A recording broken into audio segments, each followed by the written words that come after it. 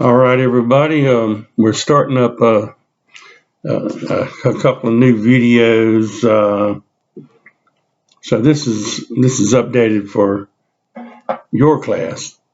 Uh, Unfortunately, I lost in transitioning from one earlier Canvas site to a new one.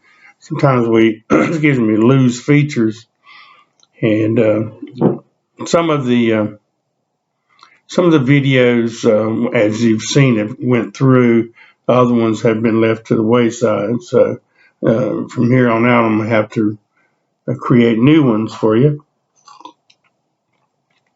So no problem for me.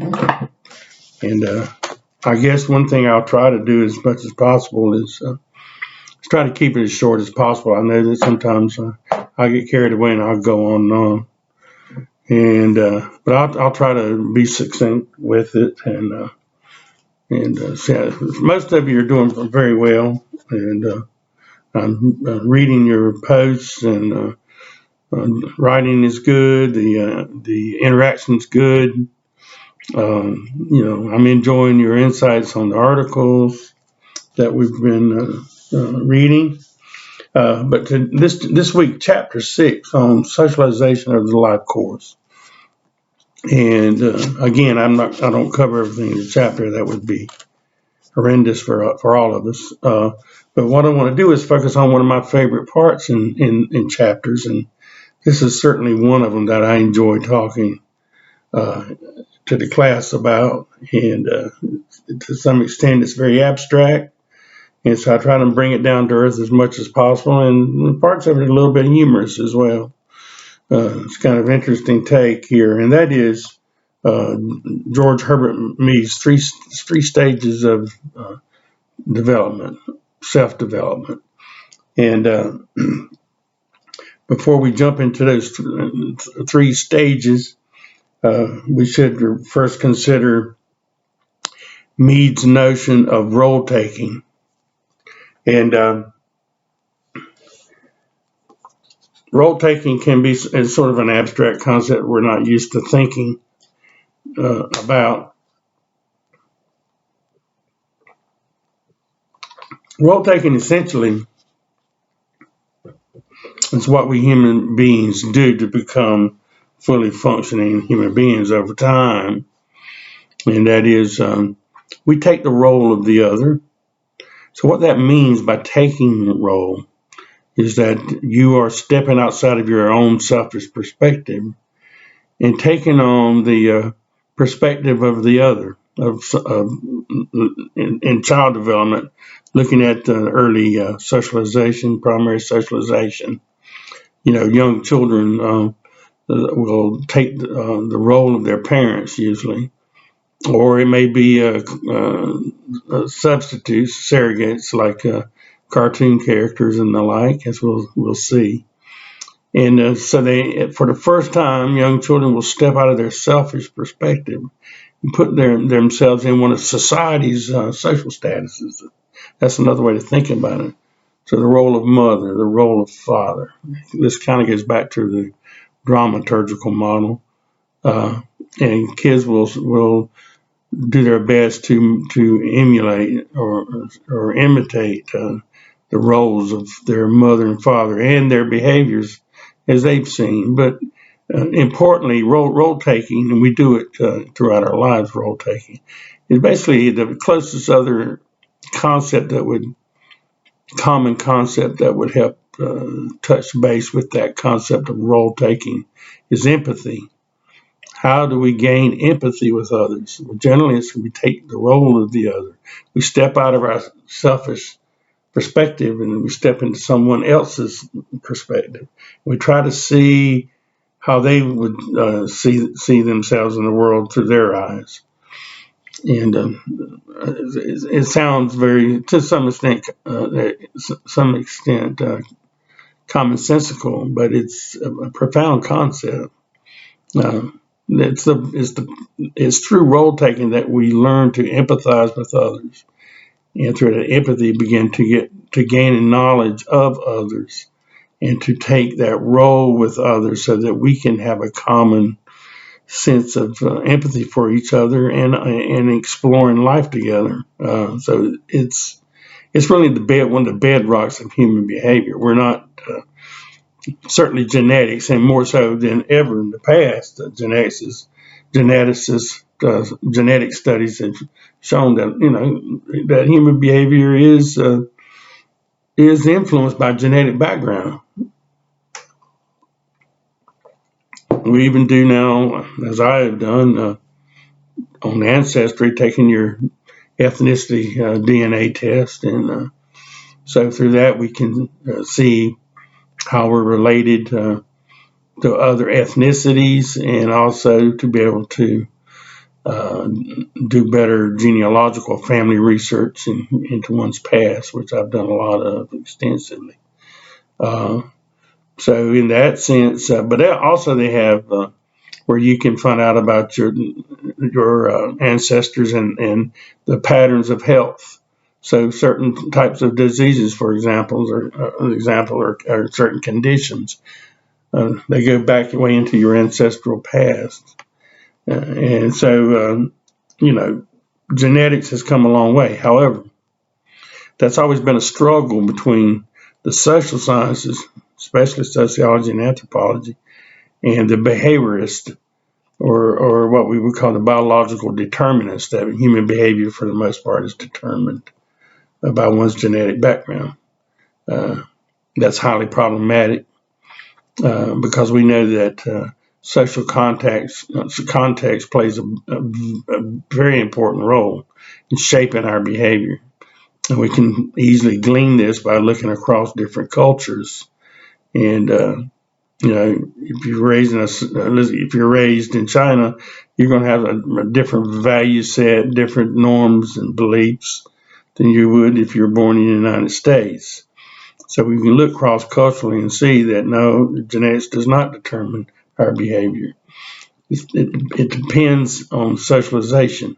So what we've come to the conclusion is, with this rift between the biological sciences and the social science areas, is that we come to a compromise. And so what many sociologists today would say is that we do have to have the genetic build-up structures of the brain, for example. They have to be in place in order for us to be able to learn culture through socialization. So yes, we have to have those biological aspects of our development and genetic makeup that has to be in place. It has to be, quote unquote, running normal so that we can learn language. But from there on, we say, well, for the most part, our daily interactions with other peoples is based in socialization. It's a learning process. It's not a genetic given. It's a learning process. So in this sense, then we recognize both, and but we need both genetic analysis and the socialization or sociological analysis to understand human behavior. And the evidence for the sociological argument is really beyond reproach. We have plenty of evidence to show that we human beings are not all alike, and that we do not think alike. And we can even just look at it across class culture, for example, that people born and raised in the upper echelons of the class structure, that 1% or whatever you want to use, and then those who are born in the lower middle class or working class, they're going to have differences in their outlook on life, their expectations, their norms, their values. So this is looking at all the social variables that influence our behavior. That said, so let's move on to Mead role taking. We kind of set that up. And Mead came up with this simple three-tier system of self-development. And so I will go through this with some good examples. I hope that will help you make more sense of it. So Mead says that the first stage is called the preparatory stage. And that preparatory stage generally is from birth. Anyone who has, it's from birth to about 2 years old. And we call it the preparatory stage. And this stage is uh, uh, kids and children are just preparing to take the role. Now, they don't have the brain capacities, physical development enough to be able to be so self-aware about taking the role of the other. But they play it. They play with, well, let's not mix that with the play stage. They prepare, they imitate. They may not be fully aware of what they're doing, but they can imitate. It's kind of like, in a sense, of parroting, like a parrot, right? We can teach a parrot to say words and they listen. They pick up stuff. Sometimes, unfortunately, an owner of a parrot will use a lot of curse words and that parrot will pick up on the curse words and kind of embarrass their owners. But same thing with kids. Kids will do that as well. Kids will say what they hear in their environment. So it's an imitation. It's just preparing to take the roles of others through imitation. So the little girl, I'm going to be gender stereotypical. The little girl sits on the floor and her mom's giving her pots and pans. Of course, we guys did that too. And she's watching mom. Mom's cooking dinner and she's watching her, or maybe she's making a cake. And the little girl is also beating the pan and watching mom hitting on the pan. She doesn't really know, so much what she's doing, but she's doing something that mom does. She's preparing to take her role as a wife, maybe. Of course, again, I'm being gender stereotypical. But she's stepping out of herself and she's beginning to imitate a significant other and behave the way that they behave. Uh, another uh, another aspect would be for example, for boys. Boys, watch their dad sitting on the couch. He's reading a newspaper or a magazine. The little boy run over and get a newspaper or magazine, sit and watch him, and then they may have it upside down, but they'll be, imitating and doing the same thing that dad's doing, right? Or playing on the computer. See their dad or mom typing on the computer. The little guy get up there. Little girls too, and this is, and in doing that, then they're imitating and playing. Again, I shouldn't use the word because that's the next day.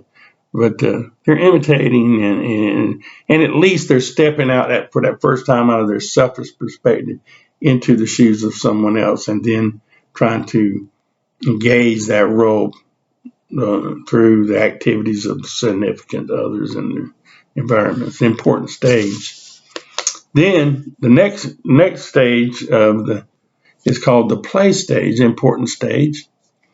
And this is where the kids begin to use language to make believe as they play others, and in general take on one role at a time. So usually it's a set of simple two-way roles that young kids will play. I'm looking for the years. This varies, for example, but they're talking about a 3-year-old. Generally, I don't know if I can see it here, but the play stage generally that goes from 3 years old uh, up to like 6 or 7 years old until they get into school, basically.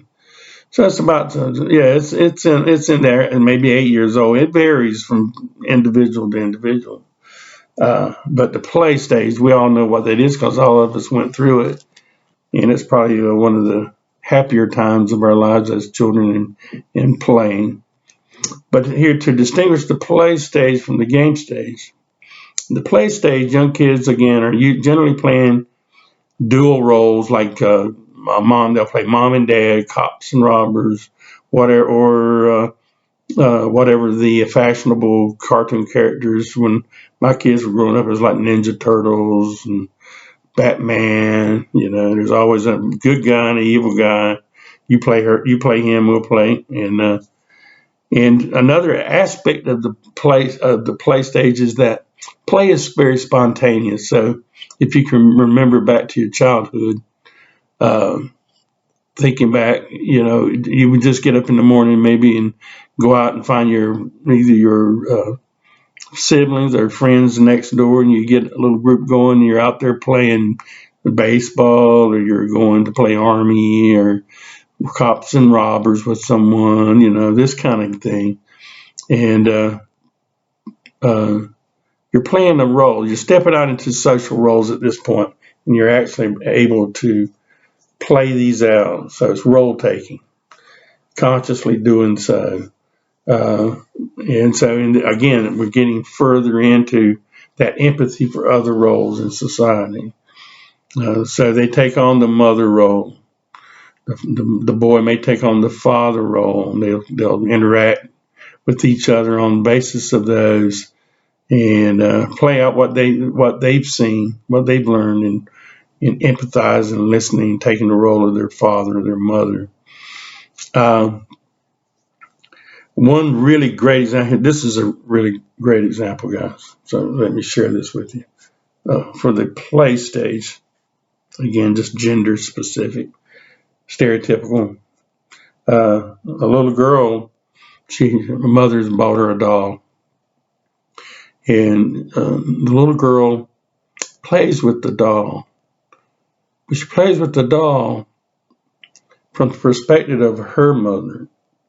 So how her mother interacts with her, she turns around, takes the role of mother, and interacts with the doll from my mother's perspective. That is, she's taking on she's stepped into her mother's shoe. She's playing with the doll the way that her mother actually plays with her. So that's a very good sign there of the play stage. My little gang, when I was a kid growing up, we had a gang of boys and girls, and we would do, we're in the play stage. We'd play for hours. We would leave early in the morning and we'd come back till dark. My mother, she kind of expected us to do so. She didn't want us in the house, especially in the summertime. So we had this big doll house in the backyard, and we would play. And most of the time we would play army. So if they had little girls playing with us, they were the nurses. And as we got a little bit older, we would, the boys, we had a doll, one of these like plywood doll houses, we called it, in the back. We had a little cot in there and things. And so that was our army headquarters. And so the boys would set up the rules of the play. So we would be playing in the yard. And when one of us little boys got shot, then one of the nurses would have to run out and get the little boy and take him back into the dollhouse. And another one of our little rules was that in order to heal us, they had to give us a little kiss on the cheek, so you can see the mischievousness of the little boys, what we were up to. So our little girlfriends that we played with, they would come out and drag a kid in, and when they'd kiss him on the cheek, he'd jump up and be all better and be good back out. Of course, what would happen would be that the boys fighting and shooting at each other, we'd end up getting killed, taken into the dollhouse, get the kiss, and then run back outside. But then a few seconds, we get shot again. Oh, we got to go. So it became this big sort of game that we played with each other. And I think it reminds me so much about what we're talking about here. But in the play stage, even though you're taking the role of others, it's very limited. It's usually 2 or 3 roles being played out. It's not very complicated. Cops and robbers, Batman, this kind of thing. Mom and dad. And but we begin to learn, we begin to grow into the ability to rotate. Now, for me, the last stage of the self-development is called the game stage. And this is quite distinct from the play stage. Again, the play stage, the play is spontaneous. There's no rules to the game for the most part. There's no real place where you have to be in the game. It's just spontaneous play. You might play for hours or just a few minutes. It's spontaneous play. That's why it feels good to us, right, as kids. When we get into the game stage, again, I'm looking here. These are not my best glasses here. With the game stage, this generally occurs, game stage is generally between like 8 years old, 7 or 8 years old, up to around the completion of the game stage is generally around 11, 12 years old. Again, it depends on the individual. It could begin a little bit earlier than that. It could begin a little bit later than that. But it finally dawns on all of us, the game stage, in one way or another. And with the game stage, it's the opposite of the play stage in that for the first time, what we're doing, the kind of play, if you will, that we're doing, has rules and regulations. That in order to play the game in a proper manner, one has to learn the rules of the game. Then also, and we're going to be using, let's use the baseball team as, it's one of the best examples. So in the early years, going out for T-ball, and we give it a lot of praise to the coaches because they really have a tough job of trying to teach these young kids to play baseball. Kids have got to learn the rules. They got to learn the role expectations of their position in the field. So they have to learn if you're going to be on the first base, what is it that the first base person has to do? If the ball goes to the third baseman and the person's running, where does the ball go? That it comes to you can expect he's going to throw or she's going to throw the ball to the first base person. So you can imagine all the different, a three-way out. What goes on? What happens? So that's coordinated behavior. So on one hand, each individual on the field has to learn their position in relationship to all the other positions on the field, and to the person that's batting, and to the catcher, right? So it's not just one role that we're playing; it's the whole generalized game of the team. We're having to learn our role in relationship to all the other roles because we're integrated in that fashion. Anyway, the young first day on the first day of the T-ball team, the coach puts the players all out there in their respective first baseman, second baseman, base person, third baseman, base person, then the outfielders, infield, you got it. And then the old coach puts the ball up on the tee and he slaps it out to the outfield. What do the kids do next? Right? Do they stay on their respective positions, which that's what they should do? No, all of them go running out in the field to chase the ball down, like they would if in the play stage, just hit the ball and everybody chases after it. And then the coach said, no, we've got to learn that when the ball's hit to such and such position, you've got to be ready on your position, right? We have to give it to them. That's a very complicated step in human development. It's what really truly makes us human after all, is this game stage, this ability to take the role of not just one person, but the whole community. So through the game stage, we actually are internalizing a general sense of norms and expectations, not just for your own family or a few people, but for your whole community, for your whole country, for the most part. So, for example, going to college or going to high school, or let's just say you can use college. What goes on in our class right here, you kind of have a notion that what this is, even though this isn't a classroom. by far, but you know what to expect in the classroom, and you know that if you take a plane and you go to San Francisco to another university, that and you go into a class, it's going to be quite similar, maybe totally different in style and professors' personalities, and even maybe the level of the courses. But you know you're in a college classroom. You know, and not only do you know that, but you know you have been socialized into to the these stages of development, and that's specifically at the game stage that you can recognize. You will not feel. You may feel some culture shock in some variable ways, but you know what goes on in a classroom, and so you also have learned your. It goes back to earlier chapter on statuses. You know what the status of a student is. You know what expectations are for a student. You know what the expectations are for a professor and how they're supposed to behave. Uh, and at that point, then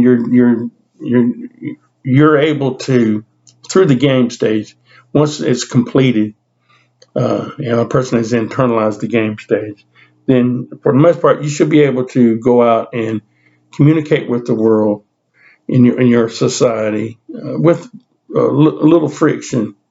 Uh, so let me end this important area with another good example of this, of going from the game stage to the going from the play stage or the preparatory to the generalized other.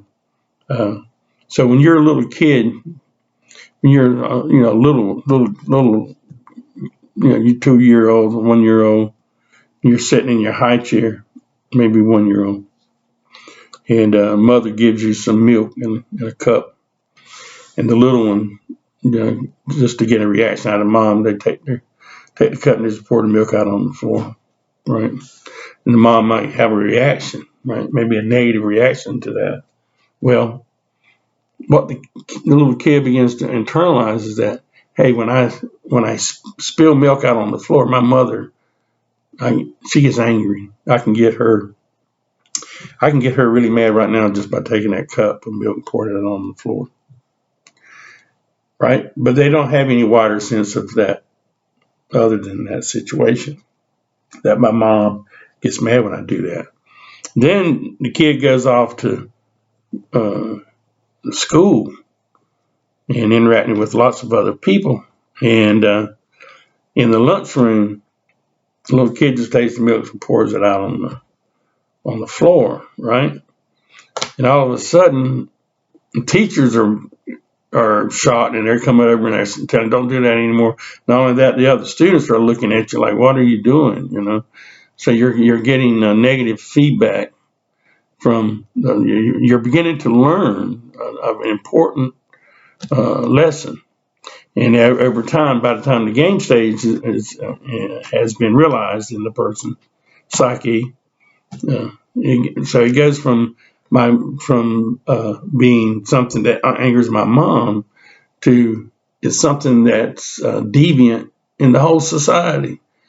So if you went into you know better to go in your classroom and take a soda pop and just turn it upside while the professor's talking and pouring it on the floor, right? We don't do that. Somebody could do that, but they're going to get that would be seen as pretty nasty deviant behavior. You get in trouble for that. So most of the time but the important part here is that once we have the generalized other internalized, now we see it that it's a norm everywhere, and we also know myriad other norms and expectations that has nothing to do with. They may have something to do with your parents, but it's shared by the rest of the community. In this case, a good way to think about generalized other is that it's at that point where we have internalized the society into ourselves, internalize the community. We say community norms and values, and beliefs, and so that we can get out there and find, we can interact just about with anybody. Certainly there's a lot of nuance to that.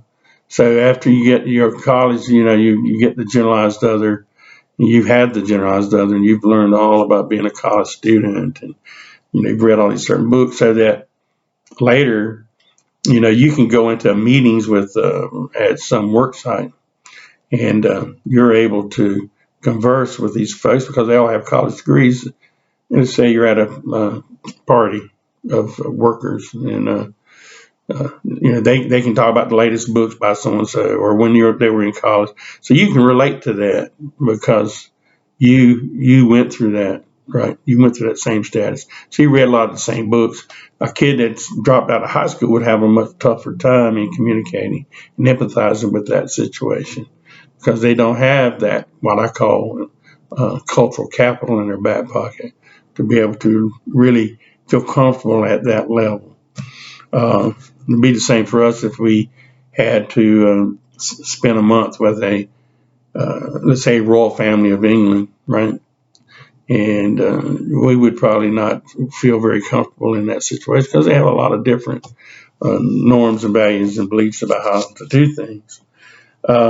So another thing you can do with the Mead's 3 stages of development, you can transfer that game stage. You can transfer that, not just looking at a baseball team, but you could then look at it in terms of your work. If you get at your work, you're not just playing out one role. You're having to coordinate your role with many other roles. We see that with teachers, just any institution where people are working in a factory. You've got to be able to play your part in relationship and knowing how your role relates to the other roles in the organization, for example. And at that point, again, the generalized other stage, once that social aspect has been internalized into us, and we call it generalized, right? So spilling of the milk is not just anger mom. It's a uh, generalized norm of not doing that kind of behavior. And so in that way, then it makes our society doable. We can actually communicate with strangers and get on with the business of life and from this model. Of course, this is just one model. This is sociology's contributions to the theory of self-development. You got Piaget's, you got Freud, you got a number of others, and actually Mead borrowed some of his other concepts like the I and me from Freud. But it's a social theory of development, not an internal theory of like personality development, like psychology would focus on. But it's a social theory. It's based on our interaction with others that we become socialized into society. So I hope that this little bit of conversation has helped you learn a little more about this. Again, it's not very complicated, but it can role taking and other such concepts can be a bit, they're abstract.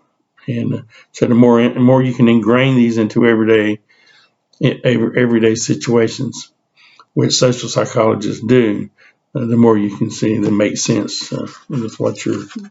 Sometimes I make fun of some of the naming of concepts. We could name them probably something much more simpler, but taking on sometimes the scientific garb of our disciplines. Sometimes we use these long terms, scientific sounding, very abstract, and they're abstract because they have to be able to catch a lot of social phenomena, and that's what a theory does. Concept does is it's a very generalized notion so that you can capture various individual instances that reflect that concept of theory. All right, I'm going to stop now.